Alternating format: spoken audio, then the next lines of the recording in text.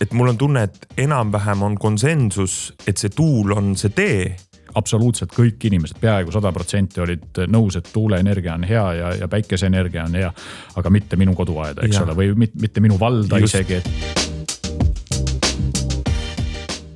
Tere tulemast kuulama Energiakooli podcasti. Mina olen saatejuht Henrik Kalmet ja mul on väga hea meel ja ootan suure huviga seda osa, sest et me oleme väga paljudes eelmistes osades jõudnud sinna punkti, et see energeetika on põnev teema, et ta kütab kirgi, aga et seda intriigi võiks natuke maha võtta ja võiks küsida spetsialistidelt, et kuskil on kindlasti mingisugused spetsialistid, kes teavad paremini.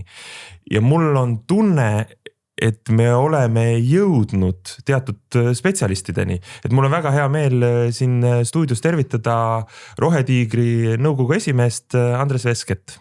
Tervist. No meie alustame siin, kuna meie nimi eks ju on Energiakool, me alustame algusest. Et võibolla siis paari sõnaga kõigepealt rääkida, mis asi see Rohetiiger on ja mis asi on see Rohetiigri teekaart, millest me hakkame rääkima veidi lähemalt. Jaa, Rohetiiger on iseenesest selline ettevõtjate ühendus. Sinna kuuluvad, ütleme Eesti suurimad ettevõtted, kellel on siis selline, teatud potentsiaal Eestis 1,2 muuta. Ja nende ettevõtjate selline ühine eesmärk on natukene majanduslikku olukorda parandada või ma ei ütleks, et ümber korraldada, aga just nimelt paremaks teha.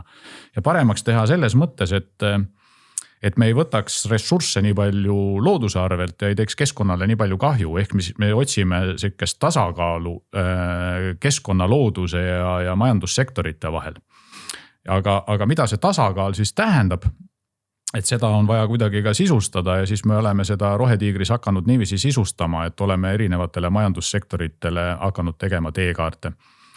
Aga see on sellisele viljakale pinnale kukkunud, et mitte ainult Rohetiiger täna ei tee teekaarte, aga kõik võimalikud riigiasutused on samamoodi hakanud teekaarte tegema, mis on väga tore iseenesest.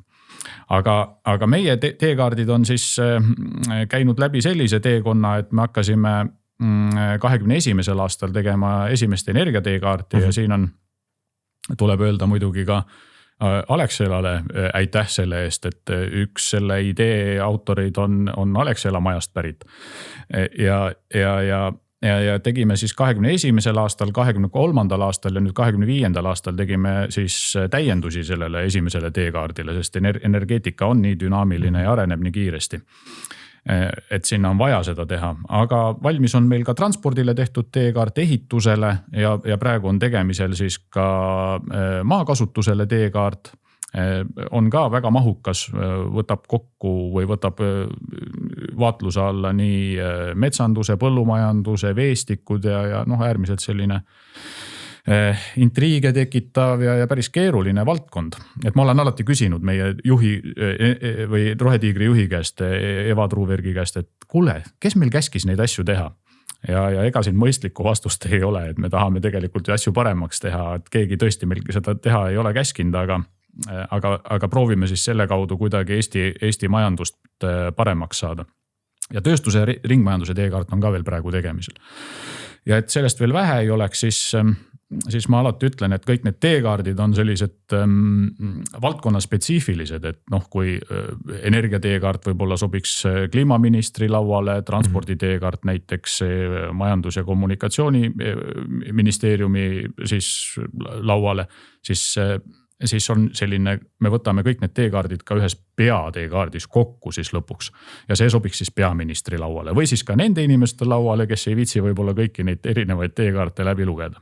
Vot umbes selline on see lähenemine siis Rohetiigris majandussektoritele ja teekaartidele. Ja kuidas see teekaardi koostamine käib siis, et ettevõtteid on ju palju, kindlasti on oma huvid, oma nägemused, et kuidas ta väljatöötamine käib? See ongi teekaartide puhul natukene olnud erinev, aga natukene ka ühtemoodi.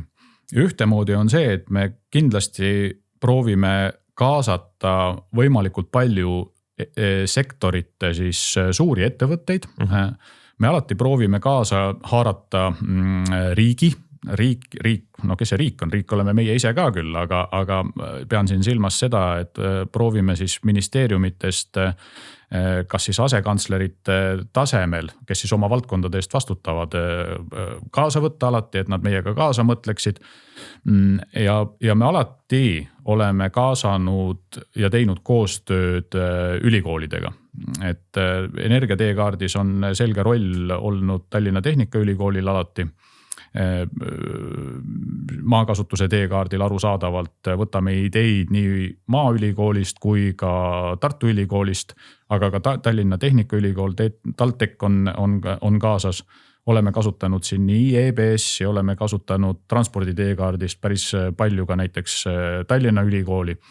Oleme kasutanud isegi ka EKAT nende teekaartide tegemisel, nii et aga ka mitte ainult siis teadusasutused, aga on siin olnud ka näiteks sellised audiitorfirmad meil kaasas, ka Eesti Pank on näiteks kaasa mõelnud, et meil kohati on niiviisi, et ligi 100 erinevat organisatsiooni võtab ühe teekaardi tegemisest osa. Ja sellepärast ta tulebki selline laiapõhjaline, võib-olla siis vaieldakse sellele riigi poolt ka hiljem vähem vastu, aga meie eesmärk ongi, et riik võtaks ju lõpuks neid ideid üle, et meil nende teekaartide algne idee oli see, et me teeme eelkõige sektorile endale need teekaardid, et sektor ise teaks, et kuhu panustada, missuguseid investeeringuid teha, missuguseid investeeringuid tegemata jätta. Aga sealt kooruvad välja tegelikult ka soovitused riigile, et ettevõtjad kõike ise ei suuda teha, et aga me soovitame ka riigile siis, et oleks vaja ühte või teist või kolmandat seadust või määrust muuta, et me saaksime siis asjad lõppkokkuvõttes paremaks ja et asjad sujuksid. Aga seda valitsuse poolt on siin paar korda nüüd juba mainitud ja seda, et ministeeriumid on ise ka hakanud aktiivselt teekaarte koostama. Et kui niimoodi küsida, et kas oma teekaardiga pääseb veel löögile või et samamoodi, et need teekaardid erinevate ministrite kuni peaministrini lauale, aga kas nad neid ka loevad? Sest kohati tundub teiselt poolt, et kui otsused tulevad, siis nad tulevad kuskilt, ütleme siis teekaartide kõrvalt. See on jah selline huvitav, et vahest kuulatakse ja mõnes kohas kuulatakse ja mõnda kohta siis ei kuulata ka nii väga. Et kui võtta see sama energeetika näide, et siis viimane energiamajanduse arengukava nüüd eelnõuna, mis väljas on, et suures osas oli copy-paste meie energiateekaardist, aga mõnes kohas siis mindi ka nagu ambitsioonidega hästi suureks riigi poolt, et seesama tarbimise näiteks prognoos, elektrienergia tarbimise prognoos, mis oli siis sihukene üle võlli natukene, et rohetiigri lähenemine on natukene teissugune, et kliimaministeeriumi ametnikele anti selge juhis ette, et vaadake, meil on vaja 2035. Aastaks sellist hinda, et hinnaks oli siis määratud 15 või 154 eurot oli megavatt-tunni hinna kohta, vaadake, et selline hind peab olema, et mis me siis selleks tegema peame. Ja siis Excelis arvutati, et mis siis selleks tegema peab ja kui palju tarbimist üleüldse olema peaks. Meie läheneme teistmoodi, me proovime nagu realistlikult vaadata seda, et missugune see tarbimine on 2035. või 40. aastal. Kõik meie teekaardid vaatavadki kuni 2040. aastani. Ja vaatame, missugune see tarbimise prognoos selleks ajaks on ja vastu seda tarbimise prognoosi me siis ehitame üles nii-öelda selle energiasüsteemi ja soovitame, missugune see energia miks olema peaks. Väga hea, nüüd me saamegi hakata konkreetsemalt sellest teekaardist rääkima ja selle tarbimisprognoosi juurde ma tulen mingi hetk veel tagasi, sest et seal on oma konks, miks see niimoodi sealpool seati, aga hakkame siis algusest minema. Mis see praegune täiendatud teekaart siis ette näeb? Ta näeb suures osas ette ikkagi samu asju, mis meil eelnevates teekaartides oli, aga me oleme natukene jälle targemaks saanud ja mõtleme alati, et missugune see energia miks nüüd tänases päevas parem välja näeks ja kuidas ta niisugust suuremat sotsiaalmajanduslikku ja keskkonnasäästlikku mõju omaks rohkem. Aga üldiselt meil on eesmärgid olnud läbi kõikide teekaartide sarnased, et me oleme ikkagi tahtnud seda, et juba 2030. aastal oleks meil elektri ja soojuse vajadus kaetud kohaliku taastuvenergiaga. me tahame, et oleks varustuskindlus ja energiajulgeolek tagatud. Need on sellised keerulised küsimused, eriti see energiajulgeoleku pool ja siin on selge see, et ettevõtjad üksi seda ei suuda mitte kuidagi tagada. Et kui me siiamaani rääkisime varustuskindlusest ja varustuskindlusest eelkõige just sellisest tehnilisest varustuskindlusest, siis järjest rohkem hakkab olema siin just nimelt see energiajulgeoleku pool. Et tuletame siin meelde, et meil on siin puruks sõidetud alates Balticconnectorist, mis on siis gaasiühendus Soomega kuni Estlinkideni, mis on siin kannatanud. Et need on need valdkonnad, kuhu ettevõtjate käsi ei ulatu ja pole ka ettevõtjate võib-olla ülesanne seda tagada, et sellised küsimused on ikkagi riigi lahendada. Aga energiajulgeolek on ju ka väga lai mõiste, et siin on ka nüüd kui me hakkame mõtlema, missugune see geopoliitiline olukord üleüldse maailmas on, et väga oluline on ju tegelikult selles kontekstis ka tarneahelad ju tagada ja kui me siin gaasiga kaupleme näiteks või gaasi tahame tarbida, et siis kust me seda lõppude lõpuks saame ja nii edasi, neid küsimusi on tegelikult nagu päris palju.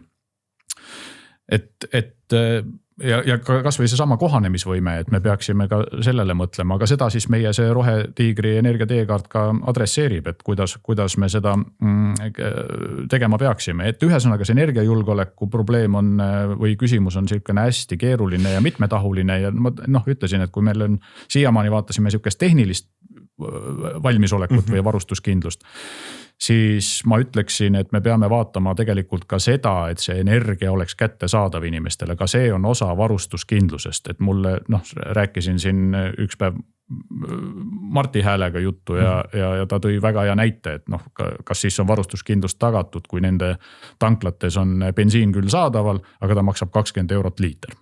Et kas ka see on tegelikult varustuskindlus? Mulle tundub, et selle varustuskindluse kontekstis hinnast on hakatud üha rohkem rääkima ja ka rohepöörde siis kontekstis. On see hind üha enam saanud nagu oluliseks aspektiks, mis mingitel hetkedel kaalub mingid muud siis nii-öelda teised tingimused üle võib-olla. No nii on, et meil on erinevatel aegadel olnud selle energiatrilemma osas, seda energiatrilemmast on siin saates palju juttu olnud tegelikult, et ma ei hakka seda üle kordama, aga me Rohetiigrina kindlasti tahame vaadata seda, et selle trilemma siis või selle kolmnurga siis üks nurk, mis on keskkonna aspekt nii-öelda, et ka see oleks kindlasti tagatud, et me ei koormaks oma keskkonda üle, et kui me mingisuguseid otsuseid teeme või mingisugustele lahendustele üle läheme.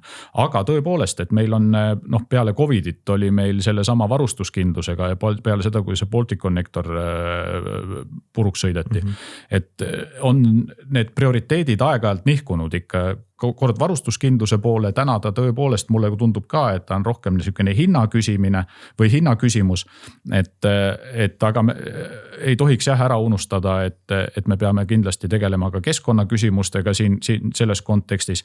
Ehk ta ongi selline tasakaalu ju otsimine, sellepärast et see trilemma või selle kolmnurga erinevad nurgad on natukene sellised vastuolulised.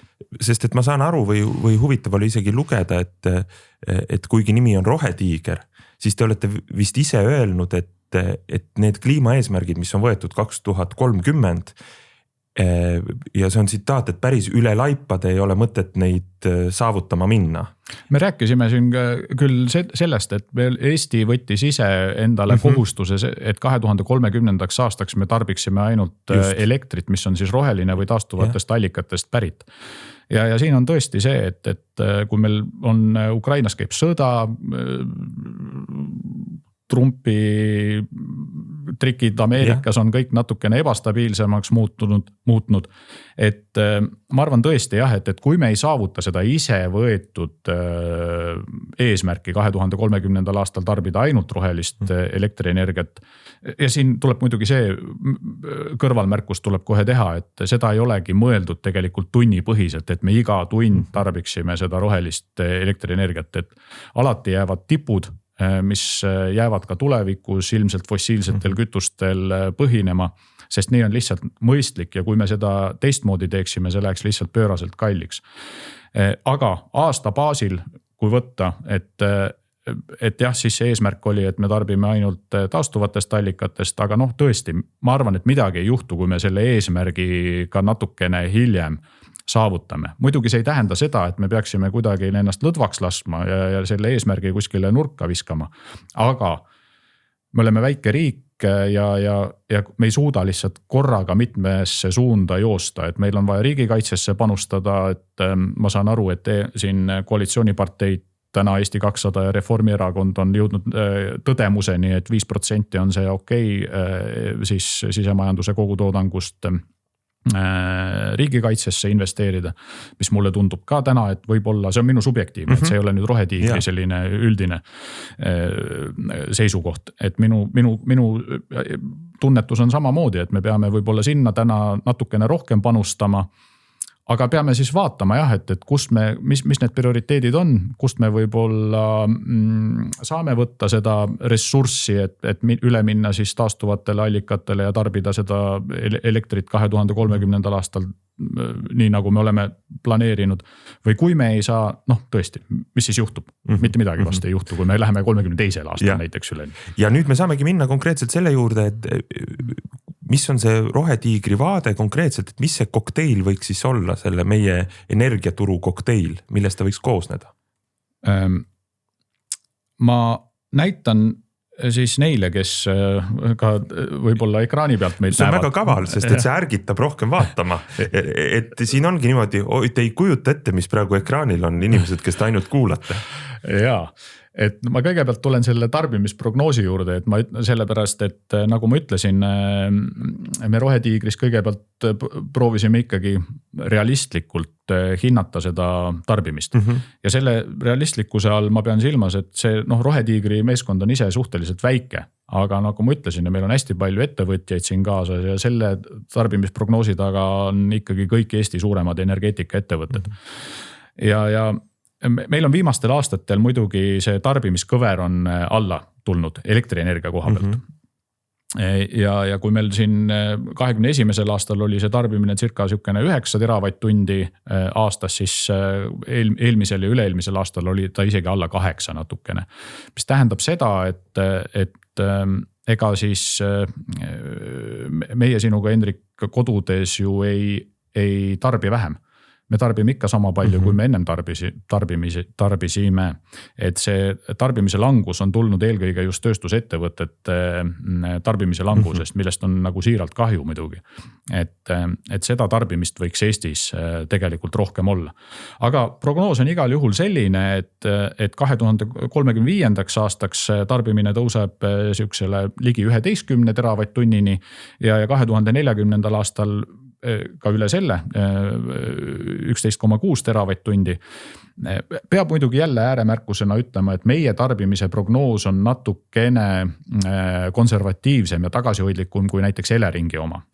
Sest Elering süsteemi haldurina peabki teistmoodi prognoosima. Nende prognoos ilmselt peabki olema natukene suurem, sest nende tagada on varustuskindlus. Jällegi hinna juurde kui tulla, et siis Elering on selle tehnilise varustuskindluse tagaja, aga võiks olla ka hinna tagaja. Absoluutselt, sellest me oleme siin mõned saated rääkinud, et see jääb nagu kõigi vastutusalast välja. Täpselt, et see on niisugune väga ähmane, et kes meil selle eest vastutab, et selle eest täna keegi ei vastutagi. Aga ma ütleksin, et selle teekaardiga on ettevõtjad ise väga suure vastutuse endale võtnud. Et kui rääkida, võib-olla me hiljem räägime ka tarbija seisukohast natukene asju, et siis võib rääkida sellest pikemalt. Aga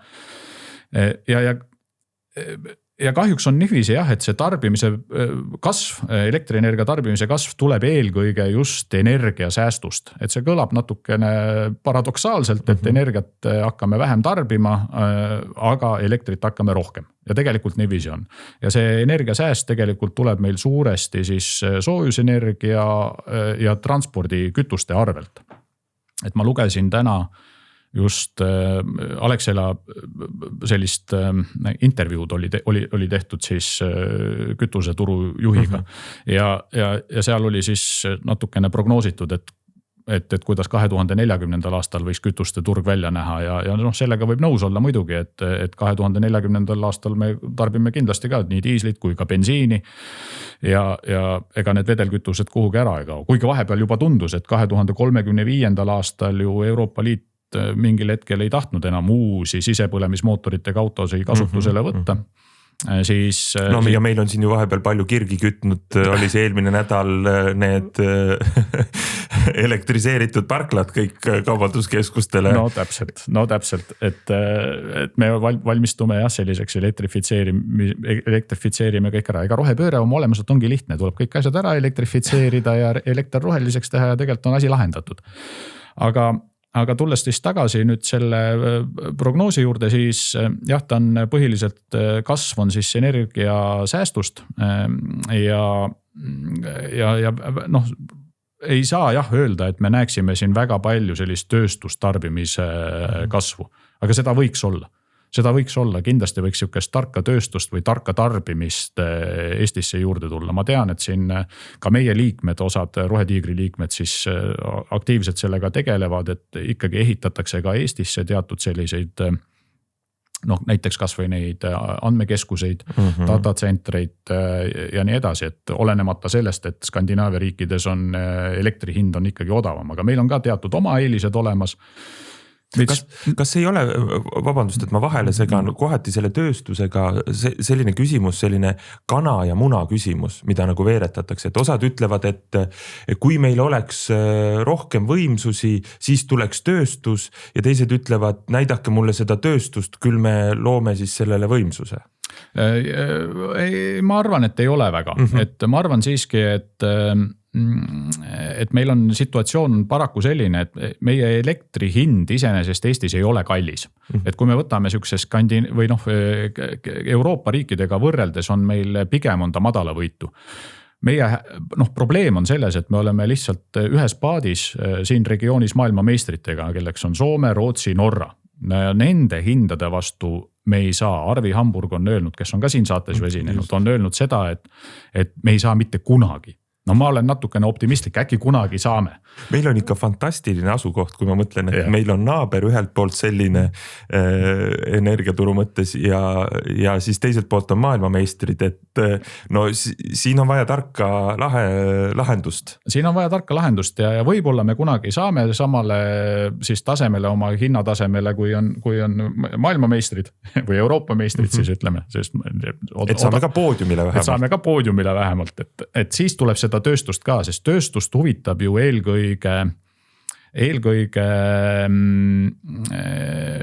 energiamahukat tööstust muidugi hind, aga sellele tööstusele, kes Eestis on, et siin see hinna küsimus tegelikult nii terav ei ole. Et Eestis on tööstusettevõtetega selline lugu, et need ettevõtted, kes siin on, mitte kõik, aga keskmiselt statistika järgi oma hinnas, oma toodangu oma hinnas energiakulu on ainult alla 2%. See oli huvitav aspekt, seda ma lugesin ja siin vahepeal meil on saadetes ka olnud nagu kerget pessimismi selle ettevõtluse koha pealt, aga läbi sellise statistikas, et ta ei tundu nii pessimistlik või see, meil on siin selline slaid ees, mis näitab seda tarbimise prognoosi, mis siis jääb ikka kuskil 10 teravati kanti, natuke peale, natuke vähem.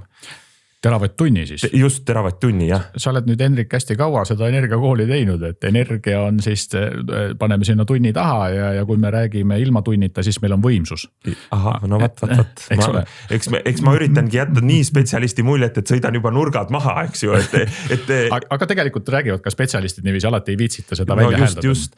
Aga siis ongi siin, kes näeb paremini, on ka ära märgitud erinevad siis energialiigid, millega seda 10 teravatt-tundi täita kuskil.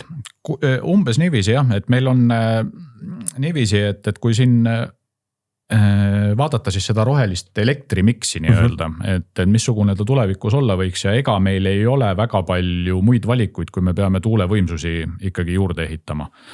Ja kui vaadata seda järgmist kaarti, kus on, miks on siis nagu paremini välja toodud, siis meil on täna juba see situatsioon, kus meil on päikeseparke on juba üle 1,2 gigavatti installeeritud võimsust. Ehk see on siis 1200 megavatti, mis on nagu päris palju ja seda me tunneme ka iga päev, et meil on nüüd muutunud see ju, et kui vanasti olid elektrihinnad olid öösiti odavamad, mil tarbimist ei olnud, siis praegu on päeval, kui päike paistab, on 0 või miinushinnad. Ja seda on siin eriti nädalavahetustel, kui on päikelised ilmad ja kui on külm ka veel, et siis on päikese energia toodanguks eriti head tingimused ju loodud. Mulle meeldib see energia kontekstis, kuidas me saame Eestis brändida seda halba ilma. Kujutage ette, kui on külm, kui on tuuline, võib-olla välja ei taha minna, aga ongi sees ja kõiki asju teha, masinad käima panna, sest energia hind on just, ja saab elektriautosi laadida just. Ja nii edasi. Et ja meil on täna on umbes 700 megavatti on siis tuulde installeeritud, aga vot tuuleenergiat peab nüüd kõvasti juurde tulema. Ja me ütleme seda, et praegu, kui siis riigil on plaanis lähiajal selline 2 teravatt-tunnine hange teha tuuleenergiale, et see on tegelikult õige tee, et seda peaks kindlasti tegema. Meil oli siin pikad diskussioonid muidugi oma investorite seltskonnaga ja Rohetiigri siis energeetikaettevõtetega, et kuhu neid tuuleparke teha saaks, sest et meil on teada-tuntud need probleemid. Just nimelt sinna ma tahtsingi jõuda, et mul on tunne, et enam-vähem on konsensus, et see tuul on see tee, aga nüüd on tekkinud teistpidi probleem, et kuhu, sest et isegi inimesed kogukondades ütlevad, et hea mõte ja igal juhul poolt, tehke lihtsalt mujale. Täpselt nii, et Salk viis läbi väga esindusliku uuringu selles osas ja absoluutselt kõik inimesed, peaaegu 100% olid nõus, et tuuleenergia on hea ja päikeseenergia on hea, aga mitte minu koduaeda, eks ole, või mitte minu valda just. Isegi, et ja nii edasi. Aga ma olen seda mitu korda öelnud, et meil täna Eestis minu meelest seda luksust ei ole, et me saaksime nina kirtsutada selles osas, et kuhu neid paigaldada. Eks see ilu on vaataja silmades küll, aga minu meelest tuulegeneraatorid ei näe teps mitte koledad välja, et võib-olla isegi teatud sihukest dünaamikat toovad keskkonda. Selge on see, et tal on keskkonna mõju. Selge on see, et mõnes kohas tuleb selleks metsa langetada võib-olla ja nii edasi. Aga küsimus on ikkagi selles, et kust me oma energia siis saame, kui me neid asju ei tee. No ja, et sellel on mingi teine alternatiiv, mis võib olla hullem, eks ju, et see ei ole küsimus ainult kas tuulik püsti või tuulik mitte, siis igaüks ütleb, et... Täpselt nii, kunagi oli NSV Liidus, oli liiduvabariikidele pandud selline ülesanne, et igaüks pidi oma tarbimise katma 100% ulatuses ja siis pidi veel 20% olema sellist ülejääki tootmisvõimsust. Et igaks juhuks, et sihukene 1,2 kordne kordaja oli sellele tarbimisele pandud tootmisvõimsustesse siis. Ja minu meelest see polnudki nii väga halb idee, et minu meelest me võiksime Eestis täna kohalikele omavalitsusele panna midagi taolist. Et kui te ei taha tuuleparke, et aga öelge, kust te saate siis oma energia? Mina mõtlesin, et see veel puudutab konkreetset tuuleparkide sees, ma mõtlesin sellist talupoja tarkust, et igas oma valitsusse tuleb minna öelda, et nii, nüüd paneme 100 tuulikut ja kõik on ei, siis ütled, olgu, rääkisime läbi 10. Et see kompromissi leidmise koht, et võib-olla tuleb seda lükata natuke kaugemale, siis kõik tunnevad, et nad on võitnud. Jaa, kusjuures, et kui me räägime sellest võimsusest, mis meil lõpuks just. Vaja on, ütleme, võib-olla siin esialgu oleks meil vaja sihukene 1500-1800 megavatti juurde, ütleme, et tundub jube suur arv, kui ma ütlesin, et ennem oli, et meil tänaseks on 700 megavatti installeeritud tuulde, et 1800 näiteks juurde panna, et tundub hästi palju, aga kui mõelda sellele, et tänapäevased tuulikud on ikkagi juba päris võimsad, ütleme sükene 6 megavatine ei ole ju mingi haruldus.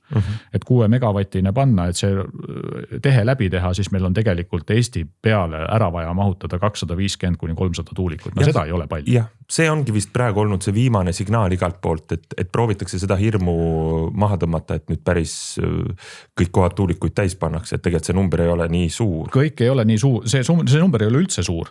Et tõsi on muidugi see, et neid ei saa panna niiviisi, et me ühe ehitame Tallinnasse, teise Tartu, kolmanda veel kuskile, ma ei tea, kuskile metsa, et nad peavad kontsentreeritult enam-vähem koos olema, sest et muidu selle infra ehitamine läheb teist moodi jälle liiga kalliks. Ja siit infra ehitamise juurest ongi hea hüpata tuulikutega seoses meretuuleparkide juurde.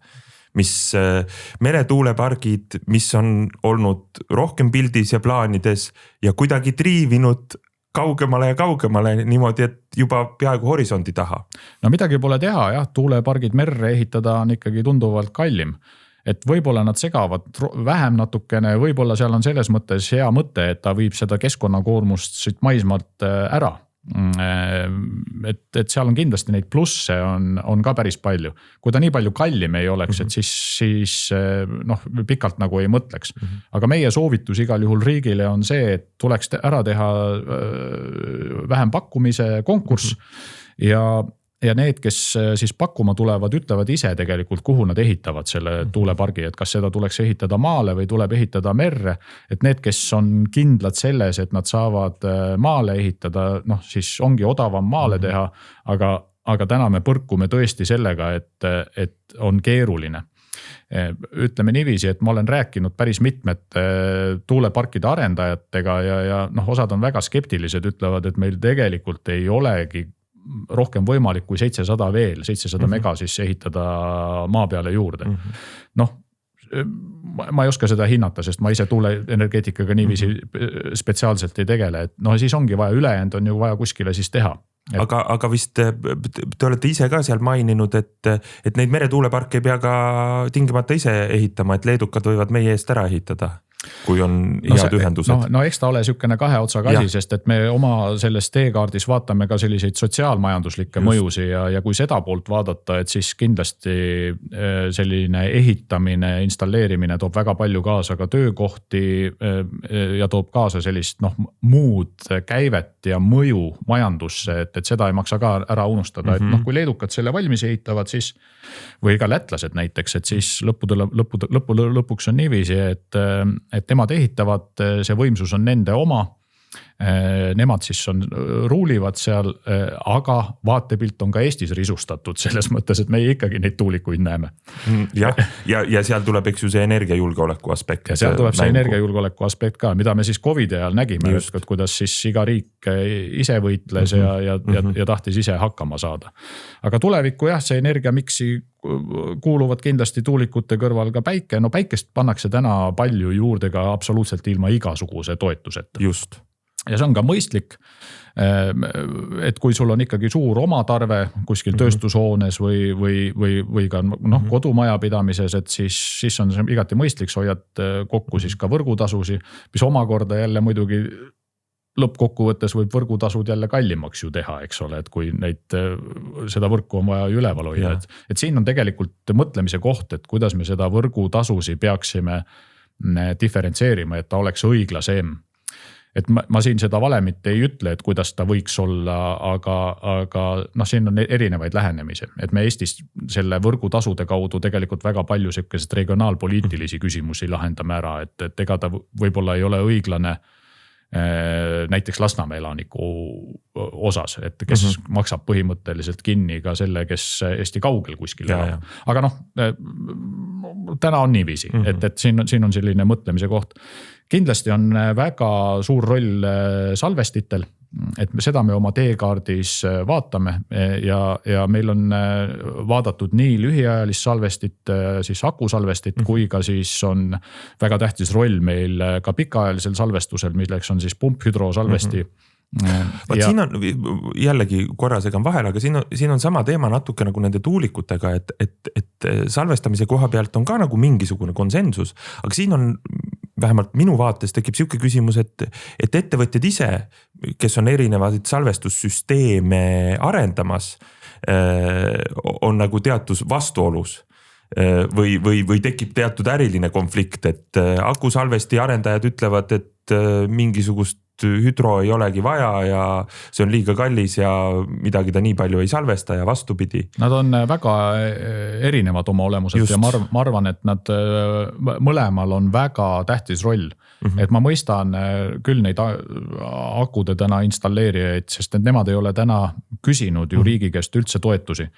Ja ega ka pumphüdrosalvesti ju arendaja ei küsi toetust tegelikult riigi käest, et on räägitud siis teatud garantiidest, mida võib-olla on mingitel teatud hetkedel vaja. Aga kui vaadata seda energiamiksi, siis mida me oleme soovitanud ja vaadata seda tasakaalumudelit, jällegi see on natukene võib-olla keeruline siin selgitada, eriti nendele, kes podcasti kuulavad. Aga ma lühidalt räägiksin niiviisi, et kui meil on ära siis paigaldatud kõik need tuulepargid, päikesepargid, mida me tahame, kui me toodame biometaani piisavas koguses, nii nagu me tulevikus soovime seda teha. Sest täna eelmine aasta biometaani toodang oli umbes 380 gigavatt-tundi, siis järgmisel aastal on see ilmselt juba 600 gigavatt-tundi, sest meil 4 biogaasijaama ehitatakse täna juurde.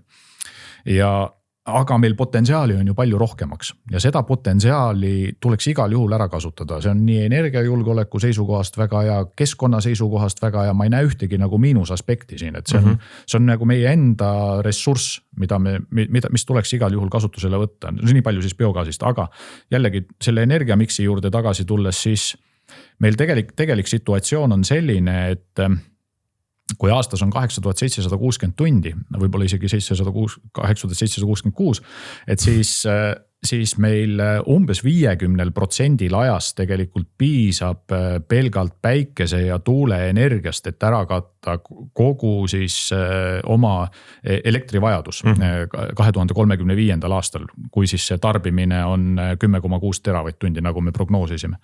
Ja seda eeldusel, et meil on siis paigaldatud ära need tuule- ja päikesepargid, mida me oleme soovitanud. Meil pool ajast jääb puudu ja siin tulevadki nüüd mängu meil nii akusalvestit, biometaan kui ka siis alles jääb ju Auvere ja tänased koostootmisjaamad ka, mis töötavad enamuses puiduhakkel. Et nad mängivad siin energiamiksis väga olulist rolli, aga meil igal juhul jääb natukene puudu. Et meil on mingisugune 200 tundi aastas, võib-olla vähem, isegi mõnikümmend tundi aastas, kus selle energiamiksi puhul jääb meil puudu. Me modeldasime selle väga täpselt läbi. Tunni baasil me vaatasime igat tundi ja meil jääb 20 tundi jääb puudu aastas ja umbes sükene 200 megavatti. Selle me saame ära katta tegelikult impordi elektriga, meil on ühendused ju ka täna olemas, et tõsi, nad on natukene võib-olla mitte alati, ei ole meil 1000 megavatti siin saadaval Estlink 1 ja 2 kaudu, et täna vähem, et üks on avariiline ju. Aga igal juhul meil jääb natukene puudu, mis on võimalik siis selle ekspordi arvelt ära või katta, aga meil jääb ka üle. Ja nüüd ma tulen jälle nende salvestite juurde. Kui meil salvesteid ei oleks, meil jääks üle sellise konfiguratsiooniga siis installeeritud võimsuse puhul jääks üle umbes 2 teravatt-tundi elektrienergiat. Ja nüüd on küsimus, mis sellega teha. Aga kui meil on salvestid, siis meil see ülejääk tegelikult nii suur ei ole, meil jääb üle ainult 1 teravatt-tund, sest et 1 teravatt-tunni me saame ära salvestada enda akusalvestitesse ja sellesse pumphüdrosalvestisse. Aga see 1 teravatt-tund on jah tõsi küsimus, et mis siis sellega teha, et eksportida võib, aga tõenäoliselt on ekspordi potentsiaal natukene kehvakene nendel hetkedel, kui seda eksportida, sest igal pool on tuult ja päikest. See on ka huvitav, mis siit on välja tulnud, et me räägime igasugustest ühendustest ühte või teistpidi ja aga see küsimus, et regioon on meil ikkagi väike, et isegi selle visuaalse saaste mõttes tuuleparkidena, et võib kellegi teise oma olla, aga meie näeme samamoodi, et see ongi see, et tuul puhub Soomes, puhub meil, puhub teisel pool. Täpselt nii, et siis on nagu see küsimus, mida me teeme, et võib-olla siis näiteks vesinikku toota nendel hetkedel, aga jällegi vesiniku, noh, nagu ma ütlesin ennem, tööstus tahab tegelikult ju selle hinna kõrval ka tahab väga stabiilset varustuskindlust saada ja ta tahab ju kogu aeg toota, et sul on kallis tootmisseade, see peab olema töös ju kogu aeg. Et vesiniku tootmine sihukesele tsüklilisele tootmisele, et kui on energiat üle ja ta on hästi odav, siis toodan, no sellele üles ehitada on muidugi keeruline. Et siin peab natukene mõtlema, et aga tõesti see 1 teravatt-tund meil üle jääb ja sellega midagi mõistlikku oleks vaja siis teha. Aga nüüd me saamegi hüpata võib-olla nende igasuguste muude lahendusteni, sest praegu mulle tundub, et meie energeetikapoliitika on selline, et teeme kõike ja natukene, et keegi ei saaks öelda, et selle mina otsustasin laua pealt ära võtta. Et näiteks siin teie plaanis ei ole kuskilt otsast tuumajaam ei tule mängu? No tuumajaam ei tule mängu eelkõige võib-olla sellepärast, et me kui 21. aastal hakkasime tegema energia teekaarti, siis me keskendusime ainult taastuvatele allikatele ja ega tuumaenergia nii väga taastuv ei ole, et teda Euroopa Liidus loetakse selliseks ülemineku energiaks või energiaallikaks täna. Me Rohetiigris ja see seltskond, kes siis aitas seda Rohetiigri teekaarti kokku panna, ega me tuumaenergia vastu ei ole selles mõttes. Meil on see tehnoloogia poole pealt, me oleme pigem optimistlikud, et see, mis siis Eestis soovitakse arendada, selline see väike reaktor siis 2x300 megavatti, et selles osas meil võib-olla sihukest väga suurt kahtlust ei ole, aga kui võtta lihtsalt selle energia miksi järgi, mida me oleme soovitanud ja kuhu ka riik on täna tegelikult suuna võtnud, siis meil lihtsalt ei ole mõtet. Võib olla tõesti, kui kunagi on meil siin energia tarbimine hästi-hästi suur, et siis tuleb mängu ka see tuumaenergia pool. Aga tänases selles miksis, kus meil jääb puudu paarkümmend tundi, paarsada megavatti, selle jaoks tuumajaama ehitada ei ole pointi. Et meil see tuumaenergia tegelikult siin turul on olemas. Me läbi Estlinkide tegelikult saame seda kasutada, mis siis Soomes toodetakse. Aga sellisel kujul jah, et praegu ta minu meelest ei sobi. Et ja veel kord, et riigina nagu arendada 2 sellist suunda, et teha siis tuult, teha päikest, taastuva energiaallikaid kasutusele võtta ja siis samal ajal arendada tuumajaama, ei ole täna väga mõistlik, mulle tundub. Ja siit ma hüppan järgmise lahenduse või mõtte peale, mis on Estlink 3, mis tunduks nagu seda tuumajaama eelnevat juttu kuulates väga hea mõte, eks ju, et ise ei ehita ja jälle ühendame ennast. Aga ma saan aru, et te olete ka selle Estlink 3 suhtes kergelt skeptiline.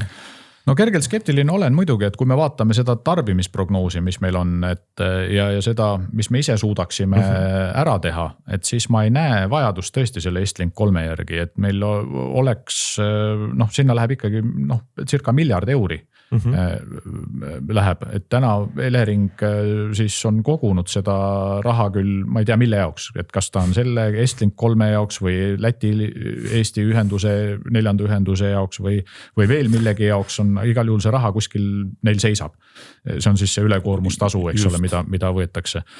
Ja sellest on ka palju räägitud, et kuidas siis Fingrid on selle lahendanud ja tarbijatele ühest küljest tagasi andnud. Ma saan aru, et siin need regulatsioon on natukene jäika selles osas, et võib-olla Eleringil ei ole päris vabad käed seda niiviisi lahkelt laiali jagada. Et täna Elering finantseerib sellest ülekoormustasust siis seda sagedusreservi hoidmist, et seda makstakse, et see pole veel tarbijateni jõudnud, aga praegu kokkulepe on see, et seda tehakse aasta lõpuni ja peale seda siis hakkab ka see sagedusreservi hoidmine tarbija rahakotti tegelikult jõudma, mis väidetavalt ei tule küll suur, aga ta tuleb kindlasti. Ja Estlink siis ka nii-öelda energiajulgeoleku seisukohalt ei ole võib-olla kõige parem lahendus, muudab mugavaks, aga ta ei ole kõige parem lahendus jah, ja kui vaadata seda, et missugused need tarbimisprognoosid on meil põhjanaabritel nii Soomes, Rootsis kui ka Norras, siis nad ütlevad seda, et terve Skandinaavia peale kokku jääb puudu, ei loeta isegi 10 teravatt-tundides energiat, aga 100. Et me käisin just hiljaaegu Oslos rääkimas ja riik, kus on sisuliselt 98% on taastuvenergeetikal kogu elektrisüsteem põhineb. Et nad on ju kavalalt teinud, eks ole, et naftad pumpavad ja selle viivad välja ja siis ise kasutavad sellist rohelist energiat. Aga ka nendel on siin lähiaastate prognoos on see, et mitukümmend, et 20 teravatt-tundi on võimsusi siiski juurde vaja. Aga rõõm oli tõdeda, et ka nende probleemid on natukene sarnased meie omaga, ka neil pandi üks suure tuulepargi arendus seisma, sest kohalikud olid vastu. Aga me hakkame jõudma selle tänase saate lõppu ja ma usun, et me kindlasti mingid korrad veel kohtuma, sest et seda teemat on, aga ma ütlen, et see pilt on veidralt positiivne. Kui mul varem on jäänud selline mulje, et tuleb teha miljon asja, siis sellise teie selle teekaardi järgi ei olegi nagu need lahendused nii kaugel. Lahendused ei ole kaugel ja me oleme proovinud ikkagi teha seda ka enda energia teekaarte või üldse kõiki oma teekaarte oleme üritanud teha hästi lihtsalt. Et kõik saaksid aru sellest, et mida me tegelikult teeme, ei ole siin žonglöörinud erinevate selliste võimalustega, on üsna selline konkreetne ettepanek, et kuidas neid asju teha, aga see on tõesti nagu üks nägemus. Et võib-olla neid nägemusi võib veel olla, aga minu soovitus on riigile olnud ka see alati, et kui me tahame uut energiamajandusarengukava teha, et siis ei pea seda välja mõtlema, aga võtke Rohetiigri energia teekaart, pange ENMAK pealkirjaks ja ongi olemas. Ja seda vaadates või kuidagi üritades kokku võtta on ikkagi see, et kui siiamaani on minu meelest need suunad olnud sellised õpetaja laurilikud kevadest, et kui ei suuda teha tervet rehkendust tee pool kõikides suundades, siis siin minu meelest see teie teekaart võtab kokku on niimoodi, et võtame ühe konkreetse, nagu siin on see tuul või salvestamine ja teeme ikka terve rehkenduse ära ja siis ongi tehtud ja järgmisi rehkendusi kõik ei ole vaja. Täna me jõudsime tegelikult ju rääkida ainult ühest osast meie energia teekaartist. Me rääkisime elektrienergiast põhiliselt, meil jäid täitsa välja siin soojusenergia küsimused ja jäid välja ka transpordikütuste asjad. Et meil need küsimused on ka ülimalt olulised, sellepärast et soojusenergeetika siin kliimas mängib väga suurt rolli, inimestel on see suur kulu tegelikult, aga ta mängib rolli ka elektrisüsteemi mõttes. Et kui võtta näiteks kas või Tallinna linn, mis on Eesti kõige suurem, loomulikult kõige suurema kaugküttesüsteemiga ja kui asendada näiteks kaugküttesüsteem elektriga, ja kui me läheks elektriküttele üle näiteks, et siis meil oleks vaja 2 Auvere jaama kindlasti juurde ehitada, sest et Tallinna tipuvõimsus soojuse mõttes on 600-700 megavatti. Et seda ei maksa ära unustada, et kaugküttesüsteemid tegelikult Eestis mängivad väga, väga suurt rolli. Ja üks väga tähtis punkt ka meie teekaardis, millest võib-olla, ei ole mina isegi kõige õigem inimene rääkima, aga siia peaks võtma siis võib-olla ehitajad hoopis rääkima, on see, et me peame hoonete renoveerimisega tegelema. Sest kui me energiat küll toodame oma ägedast miksist, aga me raiskame selle sama lihtsalt lollilt ära, et ta läheb meil soojus kadudena kaduma või siis ka kuidagi teistmoodi, et siis ei ole sellest kasu. Et meie teekaardi prognoosis või me näeme ette seda, et me peame ikkagi panustama väga palju hoonete renoveerimisse ja me oleme teinud siukese tagasihoidlikuma kalkulatsiooni, kui TTÜ tegi. Tallinna Tehnikaülikoolis siis analüüsiti, et meil on vaja üle 50 miljoni ruutmeetri hooneid ära renoveerida. Me tegime meie selle pool rehkendust, et me võtsime 25 miljonit eesmärgiks, sest me näeme, et me tegelikult ei ole finantsiliselt ega ka meil ei ole seda tööjõudu, kes 50 miljonit ära renoveeriks. Et teeme 25 ja kui me 25 miljonit teeme korda 2040. aastaks, siis meil tegelikult saavutame oma taastuvenergia eesmärgid väga, väga, väga hästi. See ongi väga hea, ma lõpetuseks ütlekski, et kui poliitikute laua peal, kas teekaart saab igal pool läbi loetud, aga teeme siis meie kuulajate vaatajatena selle rehkenduse, et teeme selle endale selgeks ja saame võib-olla suruda seda liikumist sinna suunas. Suur aitäh tulemast. Ma arvan, et me kohtume veel, sest et siin on kõvasti veel, mida lahti rääkida. Kena, aitäh.